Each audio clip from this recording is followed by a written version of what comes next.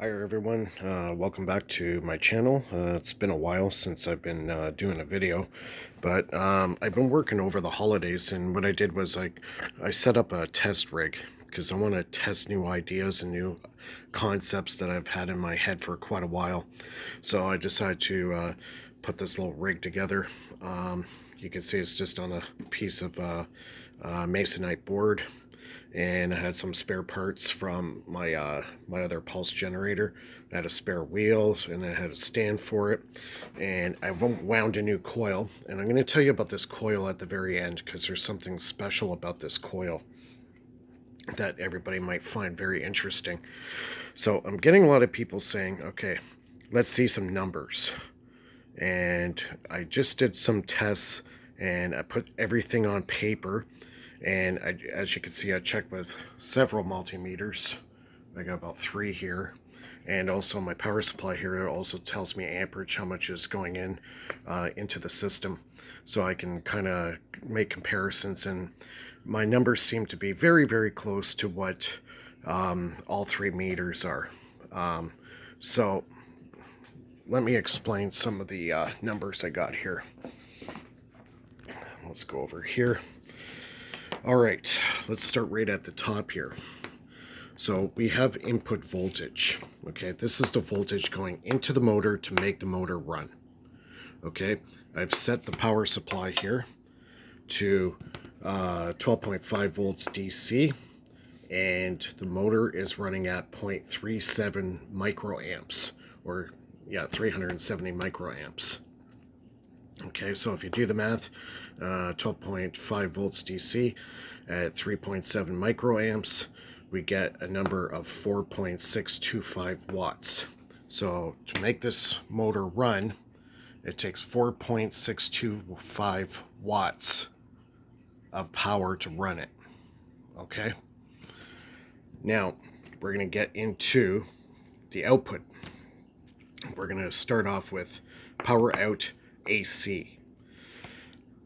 I was able to top out at 140 volts AC at 100 microamps. This light right here, takes 120 volts in to power it at 0.1 amps to run this light. It's an LED light. So on the DC side, it's 30 volts. DC at, let me check the bar again, at 150 milliamps. Okay, but the input voltage has to be at least 120 volts, otherwise this thing won't power up at all. All right, so I got 140 volts AC at 0.100 milliamps. Gives me 14 watts of power output. So on the AC side of this motor, it's pumping out 14 watts AC at 100 milliamps. Doesn't sound like a lot, but it translates into quite a bit of wattage. That's on the output for AC voltage, 14 watts. And I've checked the parameters of this test light here, and it runs perfectly with it running at that voltage. Now here's the cool thing. I can run this light on and also charge this battery here at the same time. So I'm producing enough AC voltage to run this as well as charge this battery at the same time. Now let's look at the DC output. I got 13.37 volts DC coming out of the bridge rectifier at 300 microamps, 300 milliamps. Okay, that translates to 4.011 watts DC output. Okay, so I got 4.6 going in. I'm only getting out 4.01 watts. I'm very, very close to par as far as over unity. I'm very close. But there's one more trick up my sleeve.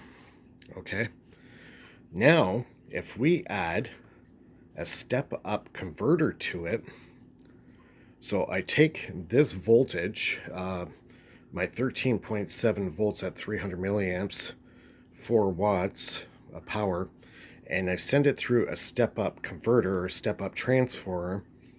I bump it up to 24 volts DC at 0.25 microamps. Now my DC output is 6 watts. And if you look up here, it's a difference of 1.375 watts over unity. So just by using a step-up converter, after I've created my DC power, I can ramp up the voltage again to 24 volts DC at 0.25 microamps. It brings me up to 6 watts of power. Now I am not 90% at over unity. I'm 137.5% over unity by doing that little trick. Now, you can debate that. People could argue with that, saying, oh, it's not over unity, you're using a transformer.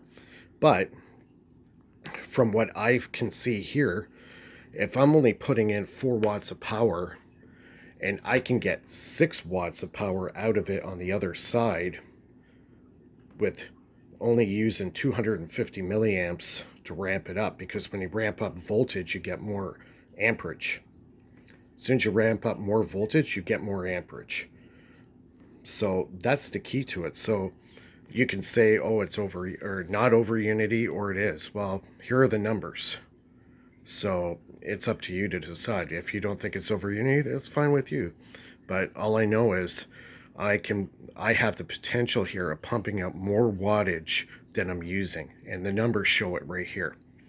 I can use a step-up converter or transformer, bump it up to 24 volts DC. I've got 13, where is it? I got 13.37 volts DC going into that converter, or into the step-up transformer. I know I got 4 watts going in.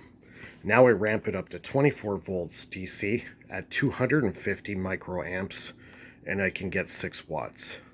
So in my eyes, I think that's over unity.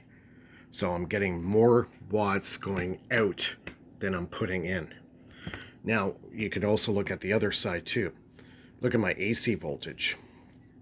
140 volts AC at 14 watts. I'm able to light up this test light here that requires 120 volts AC at 50 to 60 hertz. My system's running at between 60 and 70 hertz. It's a little bit higher.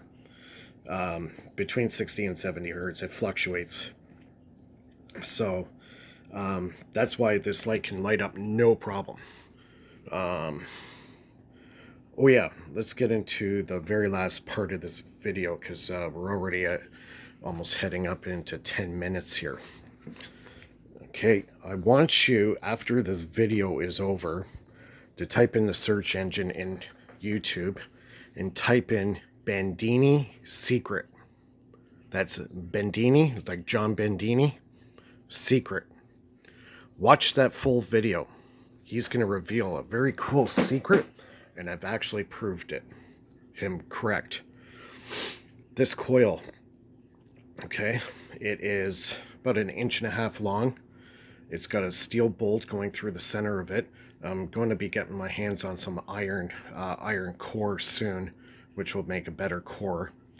And I got about 300 turns of 26 gauge wire. Okay. In this basement where I do my testing, I'm getting 140 volts AC, okay, at 100 milliamps. This test bulb here is 120 volts AC, okay, at 0.1 amps. I almost blew it up. That's how much power I'm getting out. That's why I'm able to run this test light. So, as you can see right here, I don't know if you can, it's focusing very good on it, 120 volts AC. And I almost blew it up. Okay? I take this setup, I took it outside on the front porch. This coil start putting out, get this, 160 volts AC. Now you're probably thinking to yourself, well, how is that possible? Okay, well, number one, I want you to watch that video.